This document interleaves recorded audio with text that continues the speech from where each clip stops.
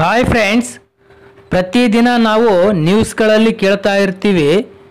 ಇಂದು Tungabhadra ಡ್ಯಾಮ್ನಲ್ಲಿ, KRS ಡ್ಯಾಮ್ನಲ್ಲಿ, ಇನ್ನು ಹಲವಾರು ಡ್ಯಾಮ್ಗಳಲ್ಲಿ ಎಷ್ಟು TMC ನೀರು ಇದೆ, ಅಷ್ಟು TMC ನೀರು ಬಂದಿದೆ ಮತ್ತು ಡ್ಯಾಮಿಗೆ ಇಂದು 1,00,000 ಕ್ಯೂಸೆಕ್ ನೀರು ಒಳಹರಿವು ಬಂತು.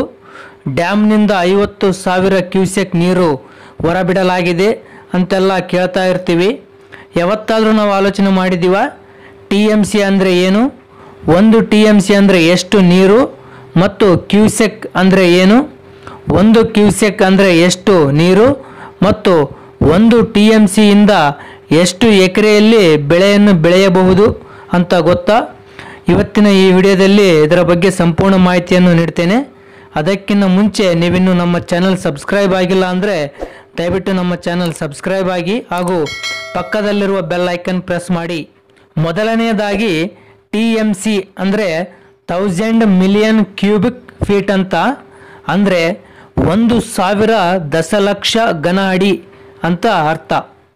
ಅಣೆಕಟ್ಟುಗಳು ಅಥವಾ ಡ್ಯಾಮ್ಗಳಲ್ಲಿ ಸಂಗ್ರಹವಾದ ಭಾರೀ ಪ್ರಮಾಣದ ನೀರನ್ನು TMCಗಳಲ್ಲಿ ಅಳೆಯಲಾಗುತ್ತದೆ. 1 TMC ನೀರು ಅಂದರೆ 1,000 ಅಡಿ ಎತ್ತರ, 1,000 ಅಡಿ ಅಗಲ, 1,000 ಅಡಿ ಉದ್ದದ ನೀರಿನ ರಾಶಿ ಅಂತ ಅರ್ಥ. ಸರಳವಾಗಿ ಹೇಳುವುದಾದರೆ 1 TMC ನೀರಿನಲ್ಲಿ ಸುಮಾರು 10,000 ಎಕರೆಗೆ ನೀರಾವರಿ ಸೌಲಭ್ಯವನ್ನು ನೀಡಬಹುದು. 1 TMC ಅಂದರೆ 2,830 ಕೋಟಿ ಲೀಟರ್ ನೀರಿಗೆ ಸಮ. ಇನ್ನೂ ಸರಳವಾಗಿ ಹೇಳುವುದಾದರೆ 23,000 ಎಕರೆ ವಿಸ್ತೀರ್ಣದಲ್ಲಿ 1 ಅಡಿ ನೀರು ನಿಂತರೆ ಅದು 1 TMCಗೆ ಸಮವಾಗುತ್ತದೆ. ಇನ್ನು ನೀರನ್ನು ಅಳತೆ ಮಾಡುವ ಮತ್ತೊಂದು ಮಾನದಂಡ ಅಂದರೆ ಅದು ಕ್ಯೂಸೆಕ್. ಕ್ಯೂಸೆಕ್ ಅಂದರೆ ಕ್ಯೂಬಿಕ್ ಫೀಟ್ ಪರ್ ಸೆಕೆಂಡ್ ಅಂತ ಅರ್ಥ. ಪ್ರತಿ ಸೆಕೆಂಡಿಗೆ 28.3 ಲೀಟರ್ ನೀರು ಹರಿದು ಹೋದರೆ ಅಥವಾ ಹರಿದು ಬಂದರೆ 1 ಕ್ಯೂಸೆಕ್ ನೀರು ಎಂದು ಹೇಳಲಾಗುತ್ತದೆ.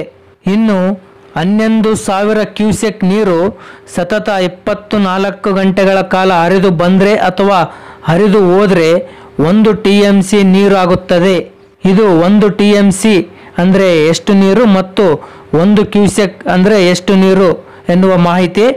ಈ ಕಂಟೆಂಟ್ ನಿಮಗೆ ಇಷ್ಟವಾದಲ್ಲಿ ದಯವಿಟ್ಟು ಈ ವಿಡಿಯೋಗೆ ಲೈಕ್ ಮಾಡಿ, ಹಾಗೆ ತಪ್ಪದೆ ನಮ್ಮ ಚಾನಲ್ ಸಬ್ಸ್ಕ್ರೈಬ್ ಮಾಡಿ.